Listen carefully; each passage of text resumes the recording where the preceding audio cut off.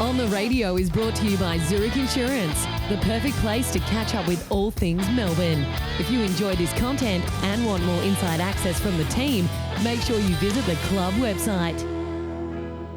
Yes, welcome back to Sportsday. The Demons are going along nicely. Nice highlights package there from Zoe. About to chat to Alan Richardson, their GM of Footy Performance. Quickly, a couple of calls on the Blues. Pat's in Brunswick. G'day, Pat.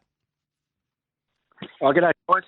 I think Teague was really good for us over the last 12 months, 18 months, just settle the guys down and give him some confidence. But now he's got to be proactive, I think. He's got to make some moves and throw the magnets around. When Harry Mackay went down, they put DeConning up there. He kicked a couple of goals. In the last quarter, we had to win the game. William Jones, just throw him down the forward line. He was taking marks left, right and centre in the back line. But that wasn't going to win it for us. And he's one of those guys that can just do some strange things at times. We just have to try and win the game. And get creative, Patrick. You want David Teague to spin the magnets, as they say. To Diamond Creek, Sean. Yeah, how you going, boys? Lordy, I just want to ask you, I know you're a good critic of Carlton, which was fair enough. Just a couple of things. Teague yesterday and one on Murphy. Teague, his press conference last night, said that Carlton started well. What do you reckon about that? Started well. Well, they're in the game. It was even pretty much at quarter time. So conceded the first 3 goals, I think. Yep. So I think they're always in. Sorry, Sean. They're always in games, but they can. Except for the last quarter. They just can't sustain it. And against Melbourne, Bulldogs, the Eagles, I'll see what your next point is, but they always seem to be thereabouts, but they just can't sustain it, and the good sides get a hold of them by the end. Point 2 before Alan Richardson, Sean. Yeah, and just on, I don't know, there seems to be a thing that Murphy has to get to his 300th. Oh, I don't think, if he's not good enough to be playing next week, he shouldn't be playing. Do you think there's pressure on Teague to play Murphy? Good question. Yeah, on talent, I've always thought Murphy's in the best side, but he doesn't play him with a lot of confidence. He probably, the coach probably wants to play him in one position, and he probably doesn't feel that's his best position. So I've been there before where you don't feel quite comfortable in your own skin and the role you're playing towards the end of your career. Do they get him to 300, Lloydie, even if he has to spend a couple of weeks I'm not sure how many he needs. He's on 295 in his 16 possession game against West I'd love to see them get him to 300 games. Yeah. I think they will. Trouble with the Twos is they're not playing right now. I tell you who's playing pretty good footy right now is the Demons, particularly in that second half. One of the unsung heroes is Alan Richardson. He is the Melbourne GM of Football Performance, and he joins us live on Sports Day. Alan, welcome to you, and congratulations on yet another victory. Yeah, thanks, Sam. G'day, guys. It was a really interesting game, Richo. You were beaten up around the ball for the first half, and I don't think that's happened to this Melbourne side for a long, long time. And yet you were able to reset really quickly. Yeah, no, that's a pretty good assessment. We were beaten really badly around the footy. They were just a bit too good in terms of putting on pressure. They stripped us. We didn't cope at all with their heat, and that was, you're right. It hasn't been a pattern at all. Their forwards got on top. It's our backs have had a terrific season and certainly beaten pretty badly in the first half. And to their credit, they both the areas we're talking to bounced back strongly. But it was a challenge early. I thought it was a really interesting game tactically because, if everyone's looking now to how do you break down Melbourne's defensive system, it's very much in the same realms of Richmond's system. It hasn't stood up under the finals pressure like Richmond's has, but it's world's best practice at this stage, and yet it was incapable of keeping Brisbane at bay because ultimately it's very hard to defeat guys that are taking grabs in the middle of packs. It was really interesting the way they tried to make Lever accountable. All your tall defenders looked out of sorts for a period of time. Yeah, there's been a bit of time put into our key backs, certainly over the last month. So we'd had opportunity to look at that and plan against that. We didn't quite know what we were trying to do. I apologise. I can't give away too much about what we do when that happens. But no, you're right. Look, Danaher and Hipwood in particular in the air were bloody impressive, weren't they? And that was just simple man-on-man defence. At times, It's very hard to support when it comes out of centre bounce or stoppage. Rebound stuff when you can set up your systems a bit easier to help each other. But they certainly they were challenging. I mean, they have been in outstanding form for 7 weeks now. Their winning streak has been really positive, and a lot of that is built on the way they generate score per entry. And as we've already pointed out, they were definitely on in the first half. But to our boys' credit, they responded. The ball going in was a bit dirtier in the second half. We certainly got the ball going our way a bit more. That was a challenge. We were getting beaten pretty badly at clearance. So it was full credit to the boys to be able to turn things around. Richard, what about your own role? Like, you're missing the day-to-day, hands-on coaching, the action in the coach's box where you've got to make decisions and try and swing the momentum of games. How have you found your own role personally? It's definitely different, Lloydie. Yeah, it's there's no coaching really. I do a bit with the boys in the leadership group. Game day.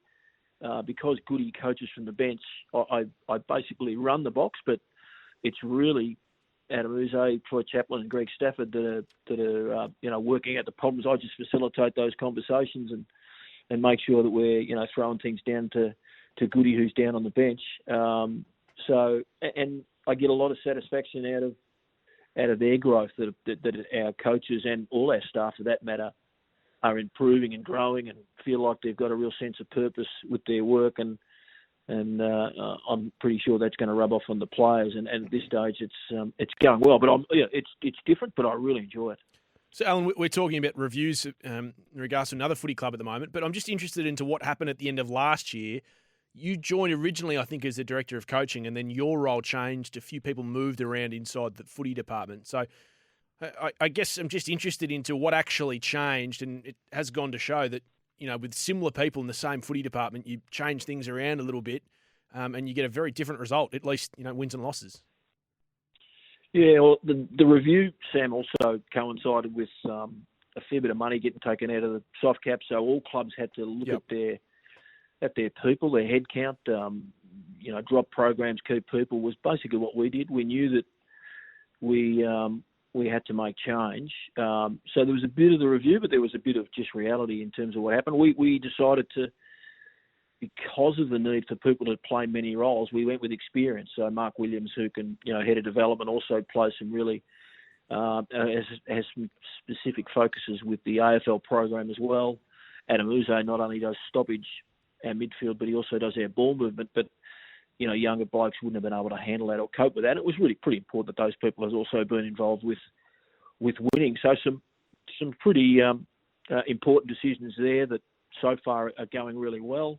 Yeah, my role, like I reckon a lot of people's roles last year, changed a lot because we went into small groups and hubs, and I got back on the tools last year. This year, we decided that we were going to split the role, that it was just going to be a focus of someone to just focus on the performance of the team, not get caught up in the operational side of the footy department. So Daniel McPherson does that.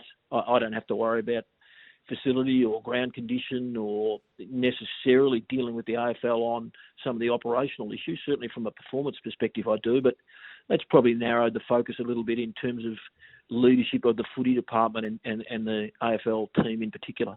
Which is just so powerful, what you've got going on there at the moment, where at some stage you believe that within games you'll turn it and you'll roll a team over with the way you play your football, which has been great to see. I want to ask though about an individual. Is there one individual for you that you've gone, wow, I didn't think that he could be this good or have this sort of impact with the form? I know the form to the team's great, but is there one individual in particular that's jumped and grabbed you? Gee, it's a good question, Lloydie. We've had a strong year in terms of people improving, whether they be young blokes that are getting a game like Jimmy Jordan on the weekend, who has to come in and play on the wing for Ed Langdon, and you've only got to look at current Brownlow markets to suggest that our blokes that were going well have gone to another level. So there's real improvement across the board. But the name that I mentioned, who's only been with us for a couple of years, probably Ed Langdon is the player that I admired him from afar. Freo you don't see as much, but not to the extent that I admire him now. What he does for our team, the run that he gives us, the connection that he gives us, and what's probably underrated is he never loses contest. He's not a big guy, but gee whiz, he's competitive, and he's been a terrific player and someone that's really positively impressed me. So he'll be back in the side this week after concussion. How are you coping or handling that? Did he go into quarantine with the rest of the players? Yeah, he had to do everything that we had to do. Clearly, he didn't come away with the team, so he didn't have the restrictions that anyone that was in the AFL squad up in Sydney had. But yeah, no, exactly the same situation. He's done well, Jared. He's at this stage he's ready to go. He's got to now get through. We don't play until Monday, of course. So there's still a couple of significant training sessions, which is a positive to be able to train so much. But as long as he gets through those, so far he's ticked off all the boxes to suggest that he'll be right to play, which is brilliant. Ben Brown, so we're talking about off-air, Wiedemann, he's getting opportunities without really grasping them fully. Richo, will there be a time where potentially Ben Brown can get a month look at it, and then you could decide in about 6 weeks' time, I suppose, who is the best fit for your forward line, Brown or Wiedemann? Yeah, that's... Oh, look, I think it'll play out something like that. You're right, Weeds, we rated Weeds' game as pretty strong. He had a bit of a role also to play on Andrews, and Andrews really only got going, in our opinion, when Weeds was off the ground.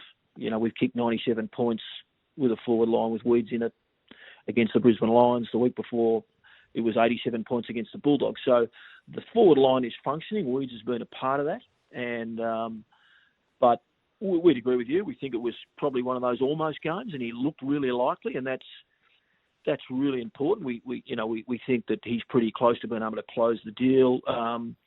Brownie, unfortunately, I think I heard you pointed out earlier, it's a challenge for those that are not in the team because there's no VFL competition at the minute, but our training has been really strong and really aggressive, quite physically challenging sessions, and he's been pretty impressive the last couple of sessions. They're only training sessions, but we make them as game-like as possible, and he looks like he's moving a bit better, and he looks like he's training with a bit more confidence. And so when he next gets his opportunity, I'm sure that we'll see a better performance. It's a pretty good problem to have, isn't it? Alan, great to have you on. Good to hear all the positive news coming out of the Demons. It's certainly looking like that on the field. The Queen's Birthday Game is going to be a bit different on Monday, just by the fact it's in Sydney, but we wish you all the best. Good luck